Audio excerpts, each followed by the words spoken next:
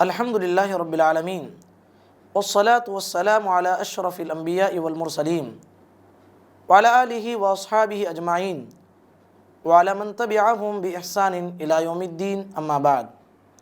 ناظرین اکرام، پروگرام اسلام کے سائے میں آپ تمام حضرات کا استقبال ہے۔ آج کی ہماری گفتگو کا موضوع ہے نحوست اور بدفعلی۔ ناظرین اکرام، اسلام سے قبل اہل عرب میں بہت سی بدعات و خرافات اور اوہام و خرافات پائے جاتے تھے۔ انہی میں سے ایک نحوست کا تصور بھی ہے۔ اہل عرب دنوں میں بدھ کے دن کو اور مہینوں میں سفر کے مہینے کو منحوس اور نامبارک سمجھتے تھے۔ ماہ سفر میں کوئی اہم کام انجام نہیں دیتے۔ ماہ سفر میں کوئی اہم کام انجام دینے یا شادی بیاہ اور مسرت کی کوئی تقریب منعقد کرنے کو ناپسند کرتے تھے۔ مولانا عبدالسلام بستوی رحمۃ اللہ علیہ لکھتے ہیں، جاہلیت کے لوگ اپنے باطل عقیدے کی وجہ سے سفر کے مہینے کو منحوس سمجھتے تھے اور اس کو خیر و برکت سے خالی جانتے تھے۔ اس مہینے میں جنگ و جدال کرتے اور مکان خالی کر کے چلے جاتے اور آپس میں لوٹ مار کرتے۔ ان کی اس بد عملی کی وجہ سے یہ مہینہ ان کے نزدیک بے خیر و برکت کا بن گیا۔ ناظرین اکرام، ایسا ہی کچھ خیال اہل عرب کا ماہ شوال سے متعلق بھی تھا، جس کی تردید کرتے ہوئے حضرت عائشہ صدیقہ رضی اللہ تعالیٰ عنہ فرماتی ہے، رسول اللہ صلی اللہ علیہ وسلم نے مجھ سے شوال کے مہینے میں شادی کی۔ رسول اللہ صلی اللہ علیہ وسلم نے مجھ سے شوال کے مہینے میں شادی کی اور شوال ہی کے مہینے میں میری رخصتی عمل میں آئی۔ وہ کہتی ہیں کہ اگر ان مہینوں میں شادی کرنا منحوس ہوتا تو آپ صلی اللہ علیہ وسلم کی بیویوں میں سب سے زیادہ منحوس میں ہوتی، مگر امہات المؤمنین میں مجھ سے زیادہ خوش قسمت کون ہے؟ یہ صحیح مسلم کی روایت ہے۔ سمجھ میں آئی بات؟ کوئی دن منحوس نہیں ہوتا، کوئی مہینہ منحوس نہیں ہوتا، کوئی وقت منحوس نہیں ہوتا۔ عرب کے لوگ کچھ پرندوں کو بھی منحوس سمجھتے تھے۔ رات کے وقت جب الو پکارتا، ایک پرندے کا نام ہے، الو پکارتا تو کہتے کہ کوئی بڑی آفت اور مصیبت آنے والی ہے۔ علامہ ابن العربی رحمۃ اللہ علیہ فرماتے ہیں، اہل جاہلیت کا دستور تھا کہ اگر الو کسی کے مکان پر بیٹھ جاتا تو وہ اس کو منحوس سے، اس کو نحوست سے تعبیر کیا کرتے تھے اور کہتے تھے اب یا تو میری موت کا وقت آ گیا ہے یا میرے گھر والوں میں سے کوئی مرنے والا ہے۔ رسول اللہ صلی اللہ علیہ وسلم نے اس باطل خیال کی تردید کرتے ہوئے فرمایا، لا عدوہ، کان کھول کے سن لے وہ لوگ جو نحوست کے غلط عقائد میں پڑے ہوئے ہیں۔ اللہ کے نبی صلی اللہ علیہ وسلم فرماتے ہیں، صحیح بخاری کی روایت ہے، لا عدوہ ولا حامۃ ولا صفر، کوئی بیماری متعدی نہیں ہوتی، نہ الو کا بولنا اپنے اندر اچھا یا برا اثر رکھتا ہے اور نہ ہی سفر کا مہینہ منحوس ہوتا ہے۔ اس طریقے سے اللہ کے نبی صلی اللہ علیہ وسلم نے واضح طور پہ بتایا کہ کوئی چیز منحوس نہیں ہوتی۔ اہل عرب کا معمول تھا کہ جب سفر پر نکلنے کا ارادہ کرتے یا کوئی کام شروع کرنا چاہتے تو پرندہ لیتے، ایک پرندے کو اڑاتے۔ پرندے کو اڑانے کے بعد اس سے بدشگونی لیتے ہوئے سمجھتے سفر کرنا اور کام کا آغاز کرنا کیسا ہے۔ اگر پرندہ دائیں جانب اڑتا تو سمجھتے کہ سفر مبارک اور کام بہتر ہوگا، اور اگر وہی پرندہ بائیں جانب اڑ جاتا بس شگنی لیتے ہوئے سمجھتے کہ سفر کرنا اور کام کا آغاز کرنا نقصان دہ ہے۔ رائٹ سائڈ اٹھتا تو اچھا فعل لیتے اور لیفٹ سائڈ پرندہ اڑ جاتا تو سمجھتے کہ ہمارے کام میں کوئی نقصان ہونے والا ہے۔ حضرت عکرمہ رحمۃ اللہ علیہ کہتے ہیں کہ ایک مرتبہ حضرت عبداللہ بن عباس رضی اللہ عنہ لوگوں کو درس دے رہے تھے، اتنے میں ایک پرندہ چہچاتا ہوا اور وہاں سے گزرا۔ مجلس میں سے ایک شخص نے کہا، اس کا چہچہانا ہمارے حق میں خیر کا باعث ہے۔ حضرت عبداللہ بن عباس رضی اللہ عنہ نے فرمایا اس کا چہچہانے میں نہ تو کوئی خیر ہے نہ تو کوئی شر ہے، وہ ایک پرندہ ہے چہچہا رہا ہے، تم اس کو خیر کا باعث جو سمجھ رہے ہو، یہ عقیدہ صحیح نہیں ہے۔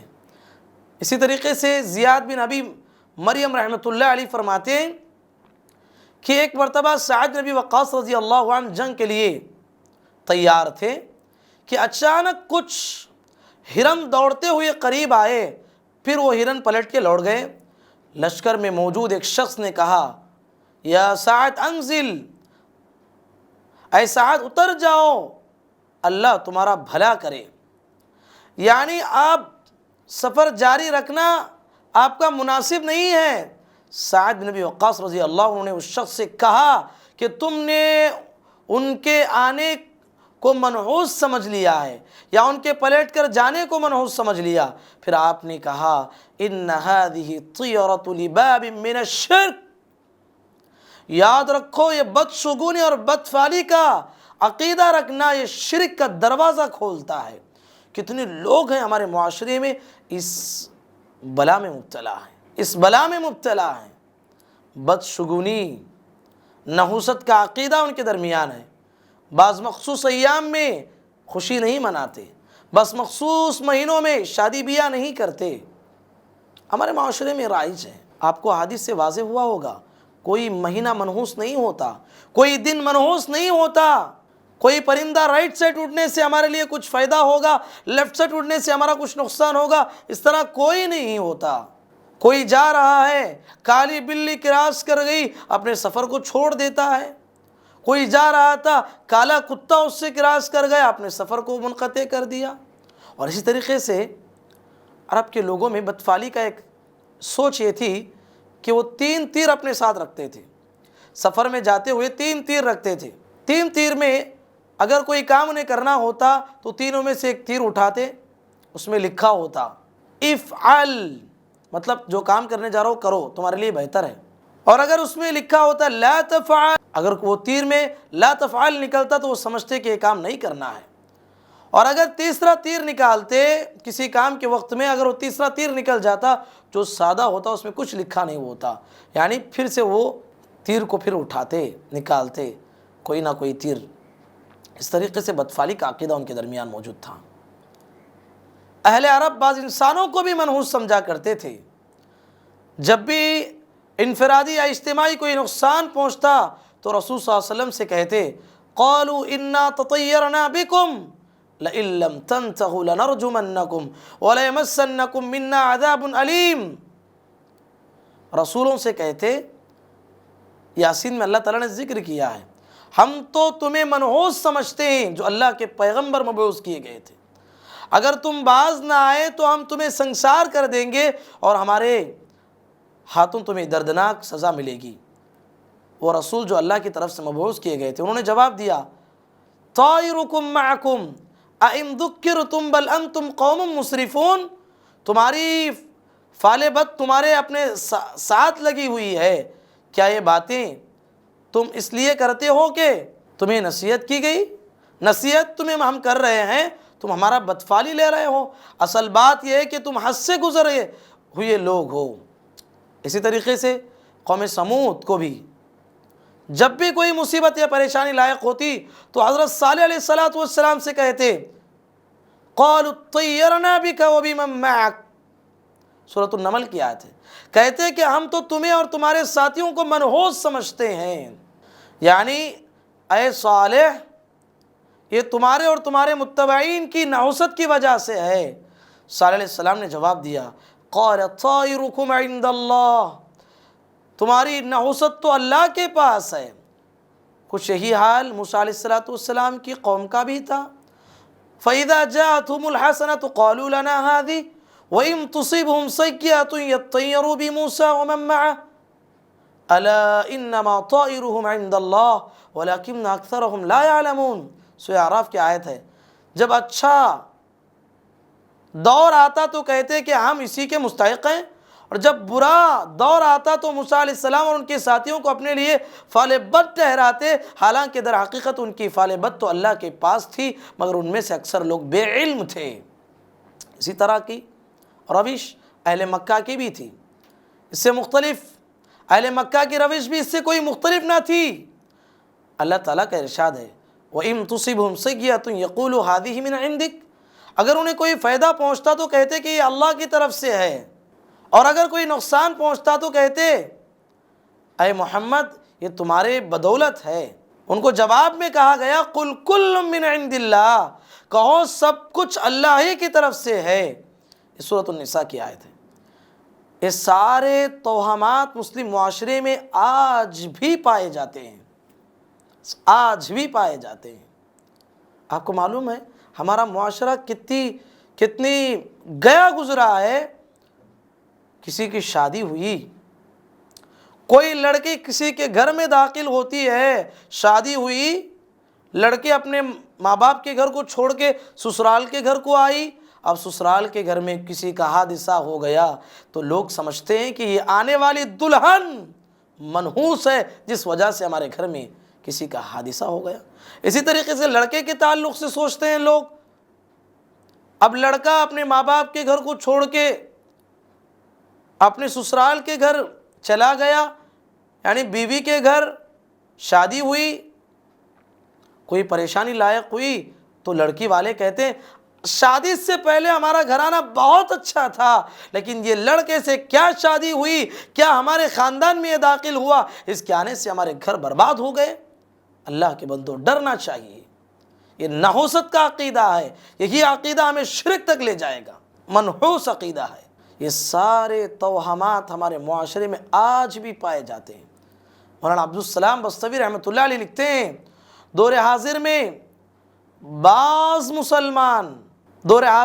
مسلمان بھی اس ماہ سفر کو منحوس اور نامبارک سمجھتے ہیں، اس مہینے میں شادی بیاہ کرنے کو برا سمجھتے ہیں، خصوصاً اس ماہ کی ابتدائی 13 دنوں کو تو بہت ہی منحوس سمجھتے ہیں۔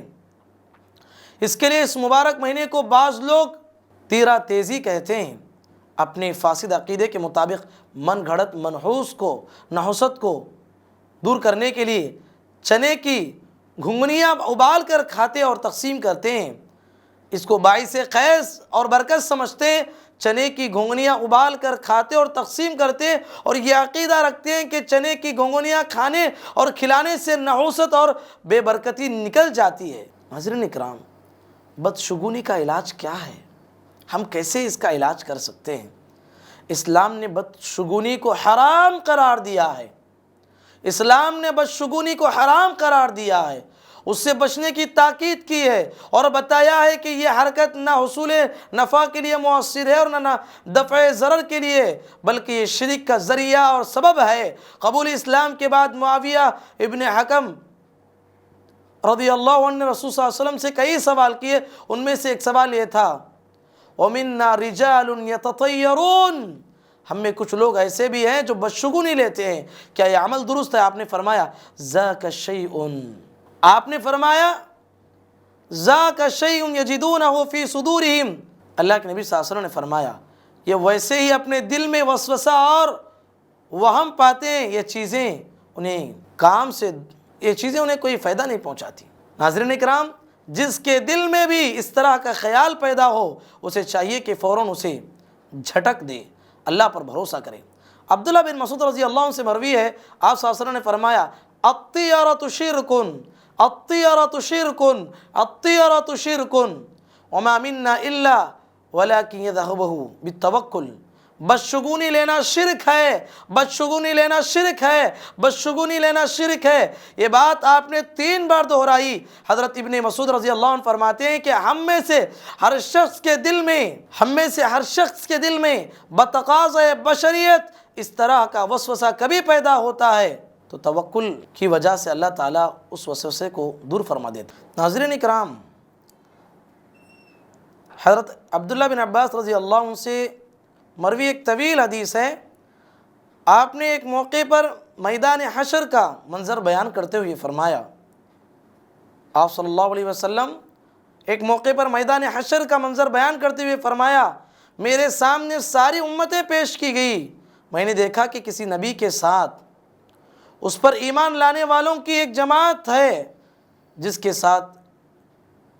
کے ساتھ 1-2 ہی افراد ہیں، بعض انبیاء ایسے بھی تھے جن کا کوئی متبع ہی نہیں تھا۔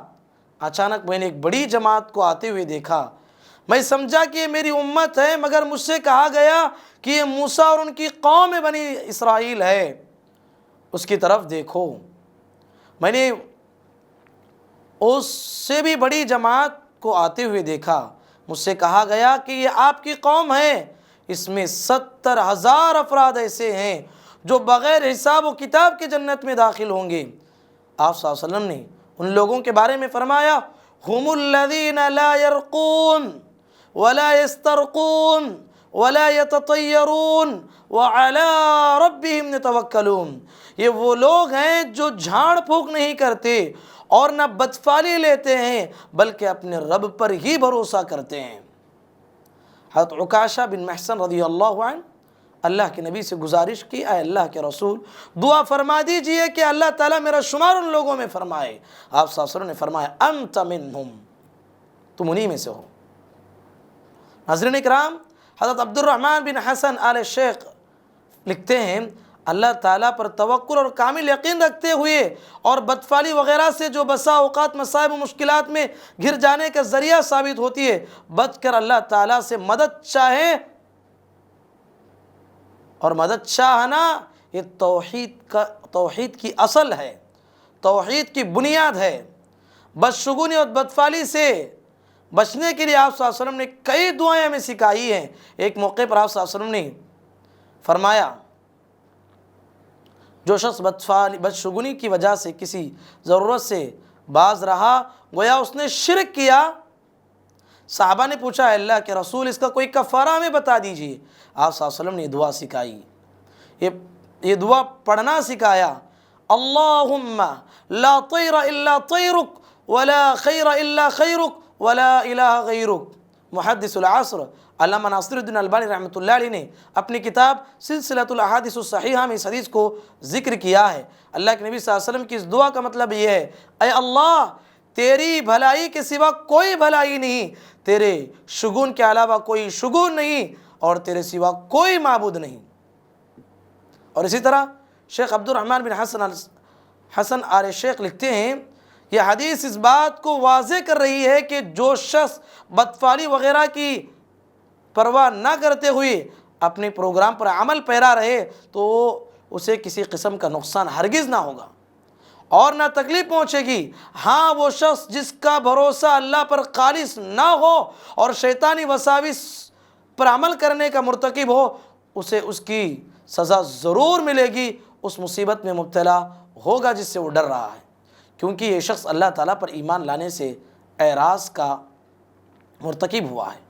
اور ہر قسم کی بھلائی اور خیر و برکت صرف اللہ تعالیٰ کی مشیت اور ارادے سے حاصل ہوتی ہے۔ اللہ تعالیٰ اپنے کمال مہربانی، لطف و کرم سے مصائب و مشکلات کو دور فرماتے ہیں۔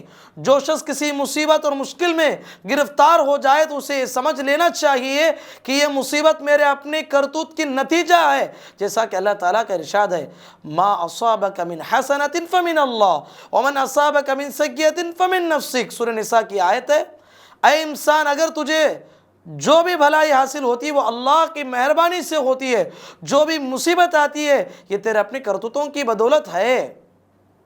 یہ انسان کو سمجھنا چاہیے۔ ظہر الفساد فی البر والبحر بما کسبت ایدی الناس۔ ایک اور حدیث میں بدفعلی کی مذمت کرتے ہوئے آپ صلی اللہ علیہ وسلم نے فرمایا، بدفعلی کسی مسلمان کو اس کے مقصد سے باز نہیں رکھ سکتی۔ تم میں سے کوئی شخص ناپسندیدہ چیز کو دیکھے تو یہ دعا پڑھے، اللہم لا یأتی بالحسنات الا انت ولا يدفع السیئات الا انت۔ پڑھو، اللہم لا یأتی الا بالحسنات الا انت ولا يدفع السیئات الا انت۔ ابو داؤد کی روایت ہے، اے اللہ تیرے سوا کوئی بھلائی نہیں لاتا اور تیرے سوا کوئی برائی دور نہیں کر سکتا۔ تو ناظرین اکرام، اسلام کی واضح تعلیمات کے باوجود مسلمانوں کی ایک قابل ذکر تعداد اس بدفعلی میں مبتلا ہے۔ اچھے گھرانے کے لوگ، اپنے آپ کو کتاب و سنت کے متبع کہنے والے لوگ بھی، جن کے خواتین اور جن کے گھر کا حال یہی ہوتا ہے کہ وہ بدفعلی بدشگونی میں مبتلا ہوتے ہیں۔ کسی انسان کو منحوس سمجھنا، کسی جگہ کو منحوس سمجھنا، کسی وقت کو منحوس سمجھنا، کسی گھڑی کو منحوس سمجھنا، کسی دن کو منحوس سمجھنا، کسی مہینے کو منحوس سمجھنا ہمارے معاشرے میں عام ہو چکا ہے۔ اس سے بچنے کی ضرورت ہے، اپنے عقیدے کی اصلاح کر لیجیے۔ اللہ تبارک و تعالیٰ سے دعا ہے اللہ کہنے والے اور سننے والوں کو، پروردگار ہم تمام کو اسلامی تعلیمات کے مطابق ہمیں زندگی گزارنے کی توفیق نصیب فرما اور صحیح عقیدے کے مطابق زندگی گزارنے کی توفیق نصیب فرما۔ اللہم آمین۔ وآخر دعوانا ان الحمد للہ رب العالمین۔